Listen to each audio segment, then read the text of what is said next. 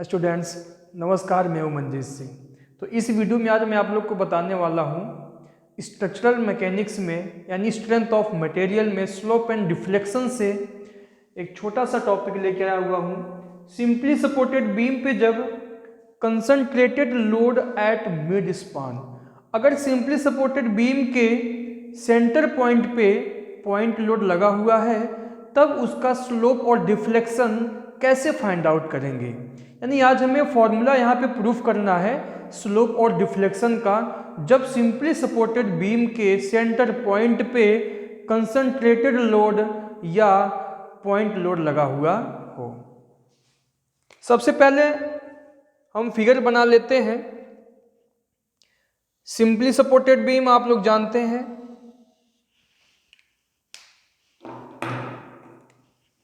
कैसा होता है।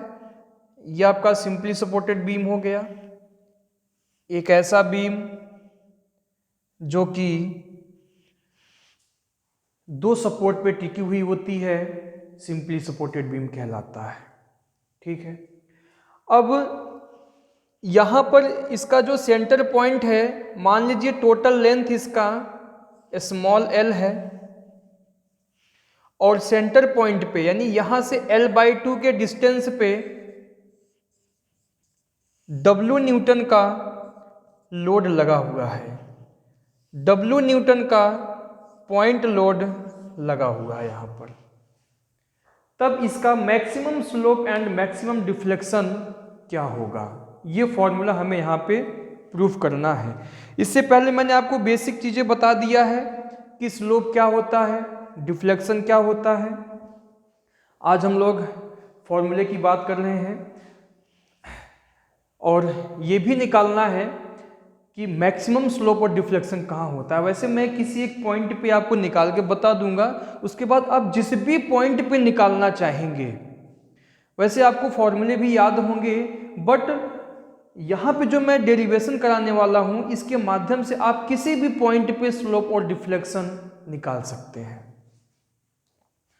चलिए मान लेते हैं कि माना, अब देखिए मैक्सिमम स्लोप मैक्सिमम डिफ्लेक्शन किसी एक पॉइंट पे तो होता नहीं है, दोनों अलग अलग पॉइंट पे होता है।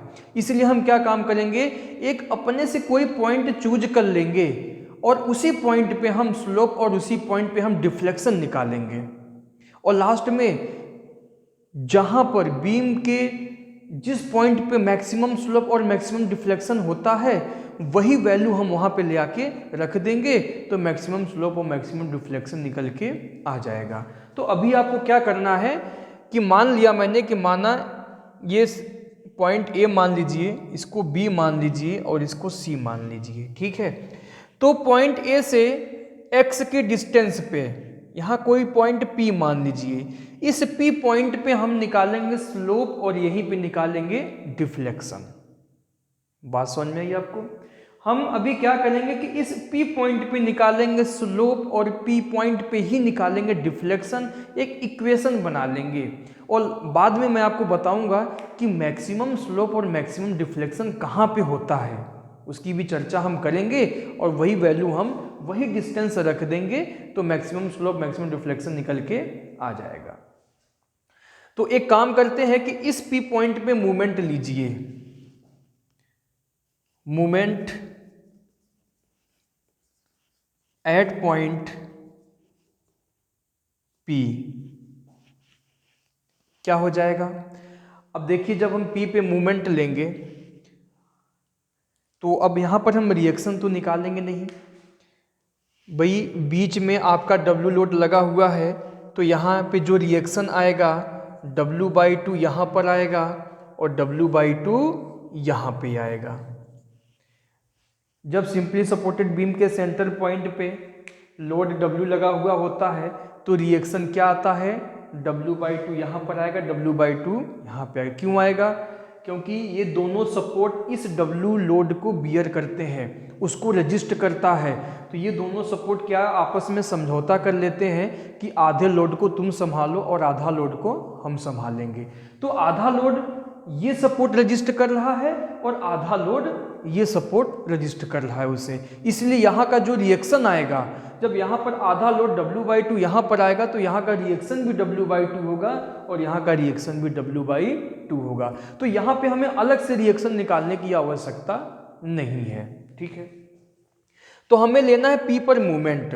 अब हम ऐसा नहीं करेंगे कि पूरे बीम को लेके कंसीडर करेंगे, पूरे बीम को कंसीडर करने की आवश्यकता नहीं है। इस P पे मूवमेंट ले लीजिए, केवल एक तरफ का ले लीजिए। तो मूवमेंट बराबर क्या होता है, फोर्स इनटू परपेंडिकुलर डिस्टेंस। तो जब P पॉइंट पे मूवमेंट लेंगे तो क्या हो जाएगा, फोर्स, हम इधर की बात करेंगे, लेफ्ट साइड का ही केवल लेके चल रहे हैं, W/2 लोड हो गया इंटू यहाँ से लेके यहाँ तक का डिस्टेंस क्या है, x हो गया। तो मूवमेंट P पॉइंट पे क्या हो जाएगा, W/2 इंटू x, ठीक है। अब ये इसका डायरेक्शन क्या होगा, क्लॉकवाइज होगा। देखिए जब यहाँ पे मूवमेंट होगा तो ये क्लॉकवाइज होगा, तो माइनस में हो जाएगा ये। तो यानी हम कह सकते हैं कि m इज इक्वल टू क्या हो जाएगा, माइनस W/2 इंटू एक्स, ये आपका मूवमेंट हो गया। अच्छा, इस चैप्टर में एक डेरिवेशन और है जिसका यूज हमें यहाँ करना होगा। वो डेरिवेशन अलग है, वो क्या है, curve of deflected beam axis के लिए जो basic formula of slope and deflection है वो क्या होता है, movement is equal to EI d2i by dx²। ये basic formula of slope and deflection है। किसी भी curve of deflected beam axis के लिए जो फॉर्मूला डिराइव किया गया है वो है m is equal to EI d2i upon में dx²। इस फॉर्मूले के बिना आप इसका डेरिवेशन नहीं कर पाएंगे, इसका डेरिवेशन अलग से है, बट यहाँ पर हमें इसका यूज करना होगा। तो एक मूवमेंट का फॉर्मूला हमने यहाँ से बना लिया, दूसरा मूवमेंट इज इक्वल टू, ये इक्वेशन होता है, basic formula of slope and deflection है। दोनों को इक्वल कर दीजिए, दोनों को इक्वल कर दीजिए, तो क्या हो जाएगा, देखिए EI d2i dx² is equal to minus W/2 into x, ठीक है, ये हो गया। अब हमें क्या करना है, इंटीग्रेशन करना है, इंटीग्रेटिंग हमें करना है यहाँ पर दोनों साइड में। तो जब इंटीग्रेशन करेंगे तो क्या हो जाएगा,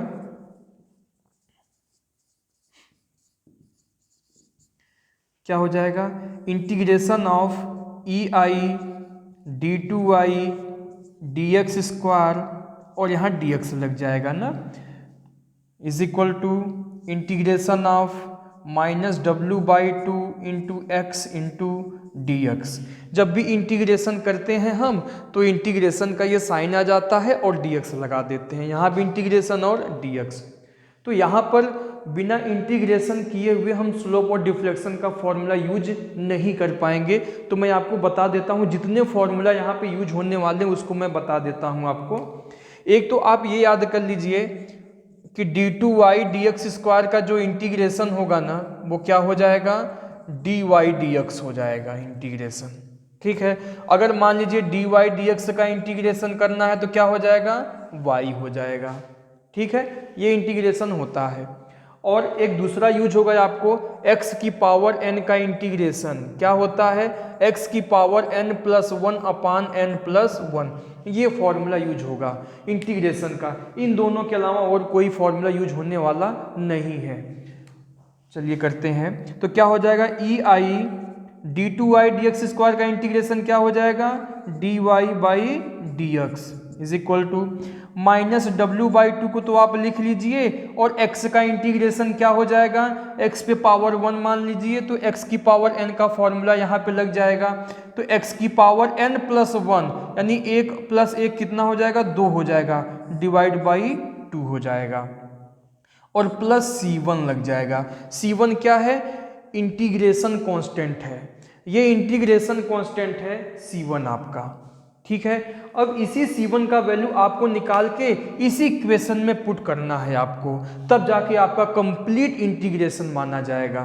अभी पूरा कंप्लीट आपका नहीं है, वैसे इंटीग्रेशन तो हमने कर दिया है, बट यहाँ पे C1 का वैल्यू हमें और निकाल के इसी इक्वेशन में पुट करना होगा।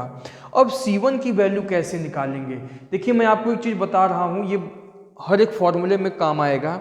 जब भी आप इंटीग्रेशन कांस्टेंट का वैल्यू निकालेंगे और आप ये देखिए कि अगर आप स्लोप का फॉर्मूला प्रूफ करने जा रहे हैं, स्लोप का फॉर्मूला प्रूफ करने जा रहे हैं और वहाँ पर अगर आपको इंटीग्रेशन कांस्टेंट की वैल्यू निकालनी हो तो आप ये देखा कीजिए कि इस बीम पर स्लोप जीरो कहाँ पर होगा। जितने डिस्टेंस पे जीरो होगा वही आप यहाँ पे वैल्यू x का रख देंगे तो आपको यहाँ पर इंटीग्रेशन कांस्टेंट की वैल्यू आ जाएगी। ऐसे ही जब डिफ्लेक्शन का वैल्यू जब फॉर्मूला प्रूफ करते समय जब इंटीग्रेशन कांस्टेंट आ जाए तो वहाँ पर आप ये देखिए कि वहाँ पर कहाँ पे जीरो होता है आपका डिफ्लेक्शन, तो जिस पॉइंट पे जितने डिस्टेंस पे वो जीरो होगा वहाँ पर वही वैल्यू आप x का वैल्यू रख देंगे तो वहाँ पर इंटीग्रेशन कांस्टेंट की वैल्यू आ जाएगी। अब यहाँ पे देखिए स्लोप जीरो कहाँ पे होगा, पहले मैं स्लोप की फॉर्मूला प्रूफ करने जा रहा हूँ तो देखिए स्लोप जीरो कहाँ पे होगा। सिंपली सपोर्टेड बीम में एक पॉइंट आप याद कर लीजिए, चाहे यूडीएल हो चाहे पॉइंट लोड लगा हुआ हो उससे हमें मतलब नहीं है। हमेशा ध्यान दीजिएगा कि स्लोप सपोर्ट पे क्या होगा, मैक्सिमम होगा। सपोर्ट के पास में स्लोप क्या होगा, मैक्सिमम होगा और सेंटर पॉइंट पे स्लोप क्या होगा, जीरो होगा। जस्ट इसी का अपोजिट डिफ्लेक्शन में होता है। डिफ्लेक्शन सपोर्ट के पास में जीरो होता है और सेंटर पॉइंट पे क्या होगा, मैक्सिमम होगा। ठीक है, तो मैंने आपसे क्या कहा कि सपोर्ट के पास में स्लोप क्या होगा, जीरो होगा, यानी कि x का वैल्यू हम क्या रखेंगे, जीरो। तो x is equal to zero पर स्लोप, स्लोप किसको बोलते हैं, dy dx को ही स्लोप बोलते हैं। dy dx को क्या बोलते हैं, स्लोप। क्या हो जाएगा आपका, जीरो। यानी x बराबर अगर हम जीरो रखेंगे तो स्लोप क्या हो जाएगा आपका, x बराबर l/2, सॉरी यहाँ पर तो मैक्सिमम होगा, किनारे पे मैक्सिमम होगा, सेंटर पॉइंट पे जीरो होगा, तो x बराबर l/2 हमें रखना होगा। ठीक है भाई, ये x अगर इसी x के स्थान पर l/2 रख दिया जाए, ये l/2 यहाँ तक है तो इस यहाँ पॉइंट पे आ जाएंगे तो ये पॉइंट पे स्लोप क्या होगा आपका, जीरो होगा।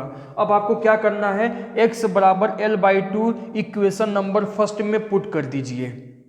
Putting value of x is equal to l/2 in equation number first, तो क्या हो जाएगा, ये हो जाएगा आपका ei dy dx तो आपका जीरो हो ही रहा है,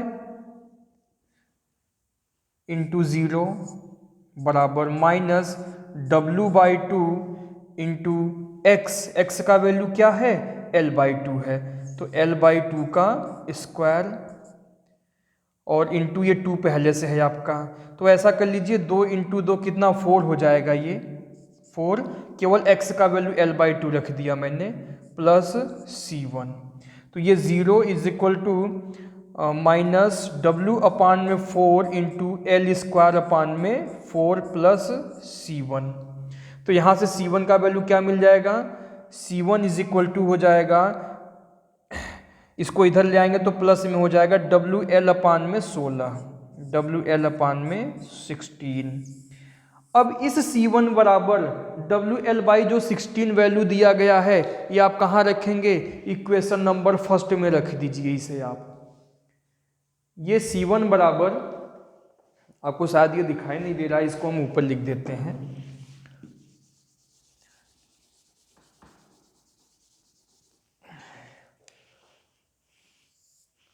C1 is equal to WL/16 आ गया।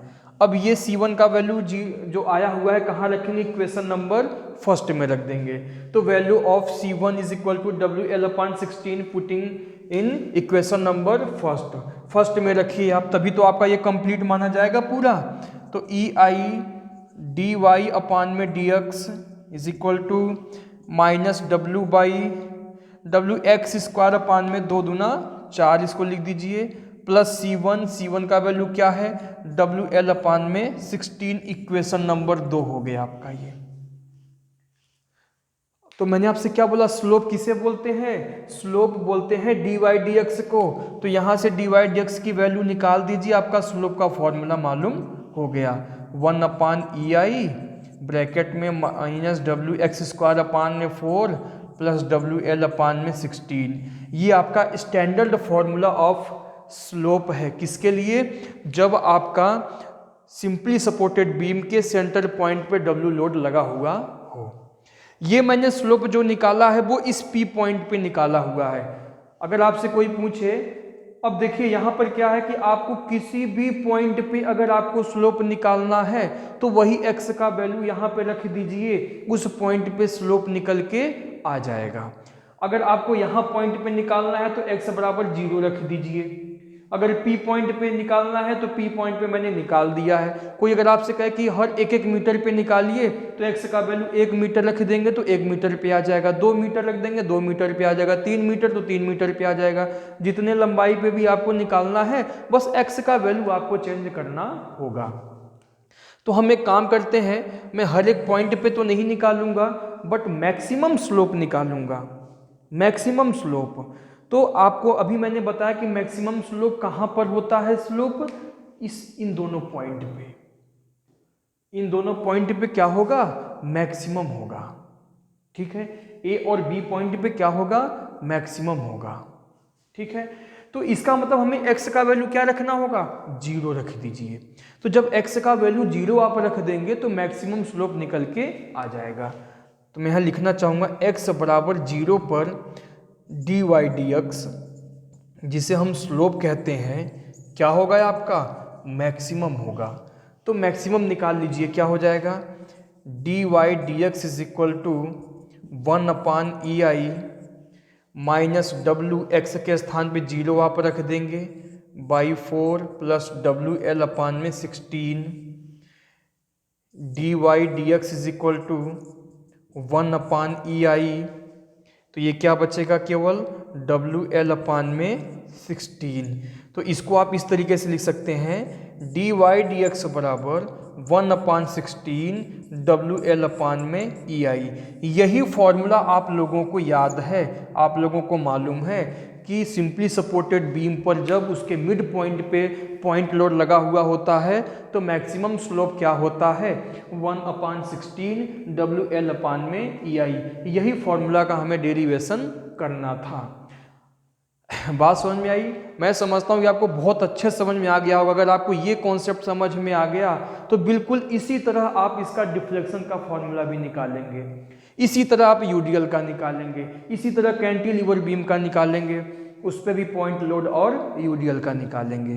ठीक है, तो यहाँ से मैंने स्टार्ट किया हुआ था, यहाँ से यहाँ तक आपने जैसे सॉल्व किया है, इक्वेशन नंबर फर्स्ट से फिर से स्टार्ट कर दीजिए। किसके लिए?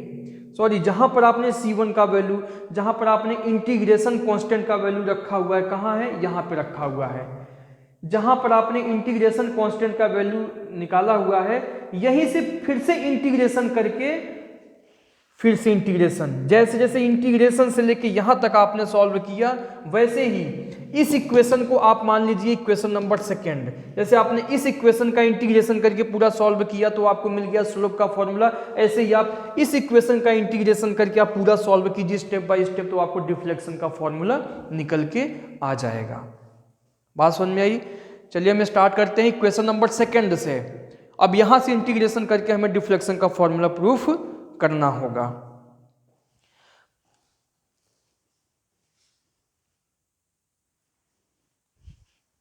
आइए देखते हैं इक्वेशन नंबर सेकंड, बस आपको याद करना है। बस ये ध्यान में रखिए, अभी तक मैंने जितना आपको बताया यही मैं फिर से बताने जा रहा हूं, बस डिफरेंट इतना है कि ये स्टेप्स सारे डिफ्लेक्शन के लिए होगा, ये सारे स्टेप्स आपको डिफ्लेक्शन के लिए होगा।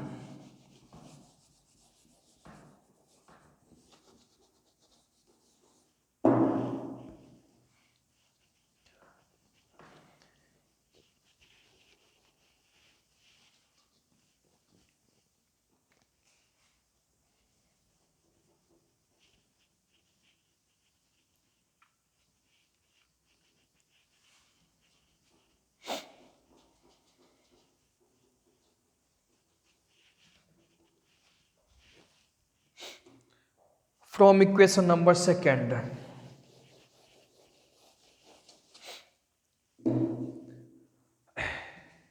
जैसे जैसे मैंने सॉल्व किया, अब मान लीजिए कि आपका वही क्वेश्चन यहाँ पर आ गया, तो मैंने कैसे सॉल्व किया था, इंटीग्रेशन किया था। इंटीग्रेशन करने के बाद क्या, कांस्टेंट आ गया था, फिर उसका वैल्यू निकाले, फिर मैंने ये देखूंगा कहाँ पे मैक्सिमम डिफ्लेक्शन होता है, फिर वो वैल्यू हमें यहाँ पे रख देना होगा।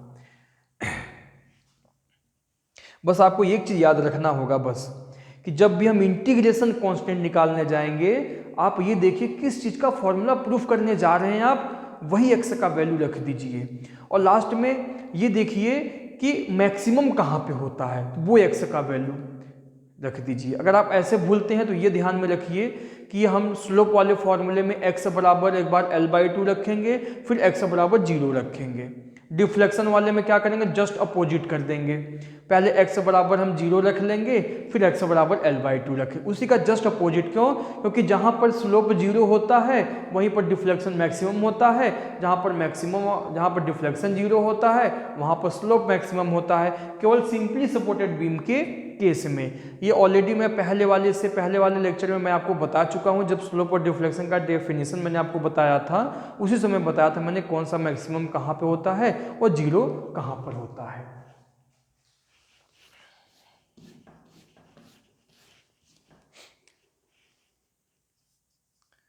फ्रॉम इक्वेशन सेकेंड पे, इसको अच्छे से साफ करते हैं पहले।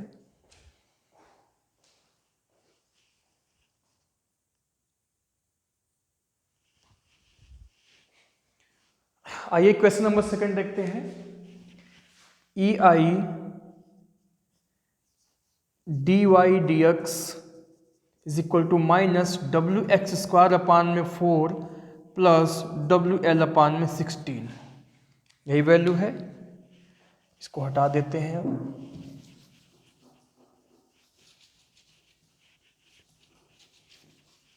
ठीक है, अब हमें क्या करना है, इंटीग्रेशन करना है। तो ये हो जाएगा आपका integration of E I d Y D x is equal to integration of minus WX² upon में 4 dx plus integration of WL upon में 16 dx। तो E I d Y D x का मैंने इंटीग्रेशन अभी आपको बताया था, डी वाई डी एक्स होता है, सॉरी वाई होता है। डी वाई डी एक्स का इंटीग्रेशन क्या होगा, वाई होगा। Y is equal to minus W/4 into x², x की पावर n का इंटीग्रेशन क्या होता है, x की पावर n+1 अपान n+1, ठीक है, प्लस WL/16। यहाँ पर x लिखा ही नहीं है, जहाँ पर x लिखा नहीं होता है उसका इंटीग्रेशन करते समय हम x लगा देते हैं। जैसे 2 का इंटीग्रेशन 2x, 3 का इंटीग्रेशन 3x, वैसे ही WL अपान में 16 का इंटीग्रेशन इसी में x लगा दीजिए, WL अपान में 16x plus C2, equation number 3 हो गया। अब यहाँ पर आपको C2 का वैल्यू पहले निकालना है, तब आपका ये कंप्लीट माना जाएगा। तो हमें ये देखना है, अब मैं डिफ्लेक्शन का फॉर्मूला प्रूफ करने जा रहा हूँ। तो ये देखिए कि डिफ्लेक्शन 0 कहाँ पे होता है, तो डिफ्लेक्शन 0 A पॉइंट और B पॉइंट पे होता है, यानी x का वैल्यू हमें क्या रखना होगा, x का वैल्यू हमें यहीं पर A पॉइंट पे 0 है तो x का वैल्यू 0 रख दीजिए। तो x बराबर 0 पर आपका डिफ्लेक्शन y क्या होगा, 0 होगा। तो क्या हो जाएगा, रख दीजिए यहाँ पर ये वैल्यू, x बराबर 0 y बराबर 0 यहाँ पे रख दीजिए। तो E I into 0 is equal to minus W upon में 4 इंटू 0 प्लस WL अपान में 16 इंटू 0 प्लस C2। तो ये पूरा 0 हो गया, तो C2 का वैल्यू क्या निकल के आ गया, 0 आ गया। अब C2 बराबर 0 कहाँ रखेंगे, इक्वेशन नंबर 3 पे रख दीजिए। E I into y is equal to minus WX² है यहाँ पे, सॉरी क्यूब है, ठीक है, WX³ अपान में 4 तिहाई 12 हो जाएगा, प्लस WLX अपान में 16 प्लस 0। y बराबर क्या हो जाएगा, हमें y की वैल्यू निकालना था। क्यों? क्योंकि हमें डिफ्लेक्शन का फॉर्मूला प्रूफ करना है और डिफ्लेक्शन y को ही डिफ्लेक्शन बोलते हैं। तो y इज इक्वल टू क्या हो जाएगा, 1/EI ब्रैकेट में माइनस WX³ अपान में 12 प्लस WLX अपान में 16। ये है आपका डिफ्लेक्शन का स्टैंडर्ड फॉर्मूला। अब वही मैंने आपको बताया था ना कि आपका फॉर्मूला ये प्रूफ हो गया, बट ये किस पॉइंट पे निकल के आया हुआ है, ये पॉइंट P पे निकल के आया हुआ है। अब आपको जिस भी पॉइंट पे निकालना है वही x का वैल्यू आप रख दीजिए, उस पॉइंट पे निकल के आ जाएगा। जैसे आपको कभी कभी क्वेश्चन में दे देता है कि प्रत्येक मीटर पे डिफ्लेक्शन निकालिए, तो आप क्या काम करेंगे, y is equal to 1 metre रखेंगे तो 1 मीटर पे आ जाएगा, फिर y is equal to 2 metre, फिर 3 मीटर, फिर 4 मीटर, इस तरीके से आप वैल्यू रखते चले जाएंगे और वो आपका प्रत्येक मीटर पे निकलता हुआ चला आएगा। तो अब हमें यहाँ पर क्या निकालना है, चलिए हम आपको यहाँ पर मैक्सिमम डिफ्लेक्शन निकाल देते हैं। तो मैक्सिमम डिफ्लेक्शन कहाँ पे होगा, पॉइंट C पे होगा। पॉइंट C पे होगा यानी x बराबर L/2 पर डिफ्लेक्शन क्या होगा, मैक्सिमम होगा। तो x is equal to L/2 आप रख दीजिए, ये वैल्यू पुट कीजिए।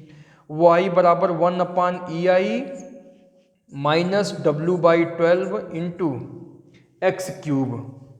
x का वैल्यू, अब x का वैल्यू कितना आप रखेंगे, x का वैल्यू आप रखेंगे L/2।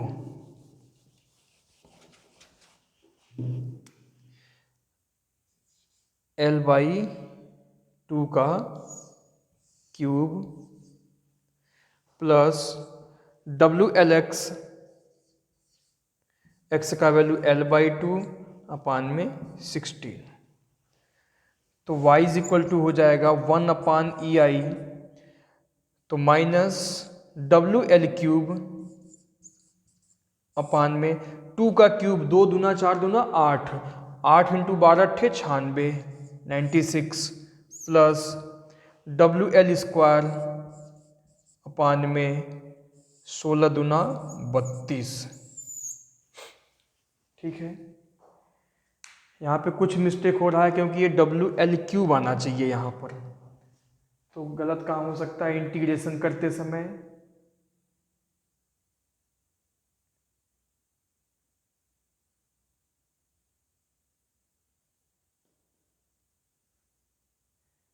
इससे पहले क्वेश्चन में लगता है यहाँ पर x है, हम लोग x लिखे नहीं है, x होगा यहाँ पर।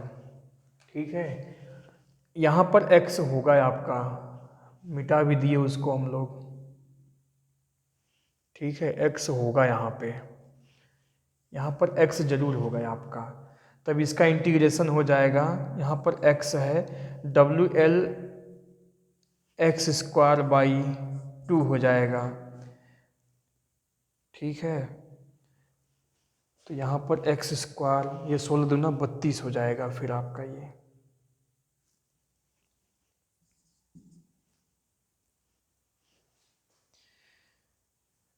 WLX², x का वैल्यू x² है यहाँ पर और यहाँ पे 32 है आपका ये, x का वैल्यू L/2 का स्क्वायर। तो 32 दूना कितना हो जाएगा, 2 दूना 4 इंटू 32, ये हो जाएगा 4 दूना 8,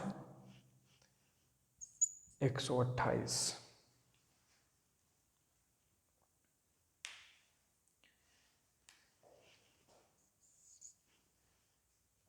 अब तो L² इंटू L³ हो गया। अब इसको आप सॉल्व कर लीजिए, y इज इक्वल टू, यहाँ पर एलसीएम ले लीजिए। यहाँ पर आप इसे 96 और 128 का एलसीएम लीजिए, कितना आएगा देखिए, 128 और 96 का एलसीएम लीजिए। हम लोग यहाँ पर जो इक्वेशन नंबर 2 यहाँ पे लिखे थे ना, वो ध्यान नहीं दे पाए। मुझे बाद में पता चल गया था कि यहाँ पर WL³ आएगा, तो मैंने x लगा दिया। वहाँ पर यहाँ ध्यान नहीं आया कि हम लोगों ने क्या लिखा था। एक्चुअल में यहाँ पर x नहीं होगा बल्कि WL² रहा होगा।